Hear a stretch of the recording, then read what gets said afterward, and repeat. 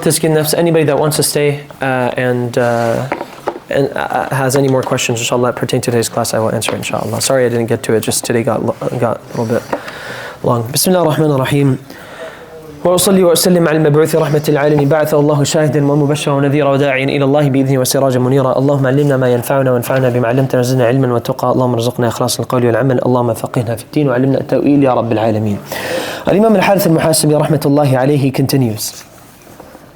And he's still more or less talking about maintaining taqwa. And he's going to actually now branch off and talk about muraqabah. And he says, وَرَاقِبِ اللَّهَ فِي كُلِّ نَفَسٍ.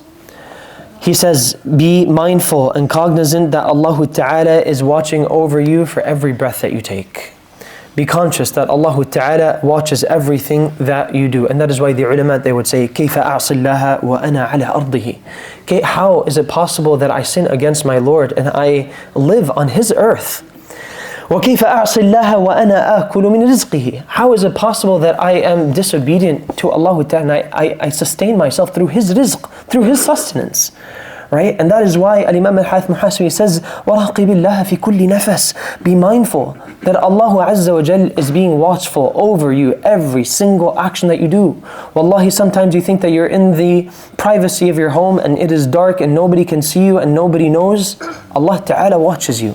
Allah Azza wa Jal is aware of every single action that you do. إِنَّ اللَّهَ عَلِيمٌ بِمَا تَعْمَلُونَ. إِنَّ اللَّهَ عَلِيمٌ بِمَا تَعْمَلُونَ. Allah Ta'ala is all knowing of every single action that you do. Now Imam al-Harith al-Muhasibi, like he did before, he mentioned the quote and the saying of Abu Bakr as-Siddiq. And now he mentions the quote of Umar radiyallahu ta'ala anhu. He says, حَاسِبُوا أَنفُسَكُمْ قَبْلَ أَن تُحَاسَبُوا. Hold yourself to account. Hold yourself to account before you are held account. Hold yourself to account before you are held accountable by Allah Ta'ala. Think about all the actions that you are doing. What am I doing to actually please Allah Ta'ala? Are the actions that I do, are they displeasing Allah Ta'ala? Is it causing Allah Ta'ala's wrath? Is it causing Allah Ta'ala's displeasure? Before you do an action, say to yourself, you know what, is this going to please Allah? Is this going to displease Allah?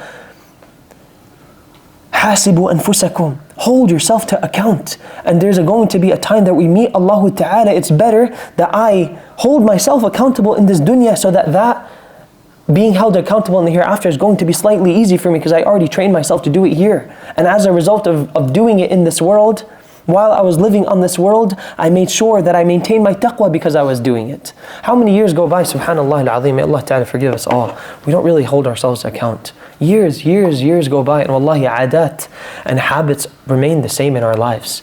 The sins remain the same in our lives. We continuously do things that are not befitting of a Muslim. And why is it that we continuously do it? Because we don't spend the time, at least on a weekly basis, maybe once a week, okay, if not once a day, right? But at least once a week, we can't just take 5-10 minutes and just say, you know what, where am I headed? What am I doing? What did I do this week to actually please Allah? What did I do to actually cause Allah Ta'ala's wrath? That is what you call taking account for yourself. He goes on to say, وَزِنُوهَا قَبْلَ أَن تُوزَنُوا. Weigh your actions, subhanAllah. Look what he says, Umar radiallahu anhu, he says, weigh your actions before they are weighed. How is that possible? How do you weigh your action before they are going to be weighed on Yawm al-Qiyamah? Wallahi, for every evil action that you commit and I commit, are we following it up with a good action? So we can at least balance things out. So the scale of our evil goods are not going to be more weighty. Are we doing that?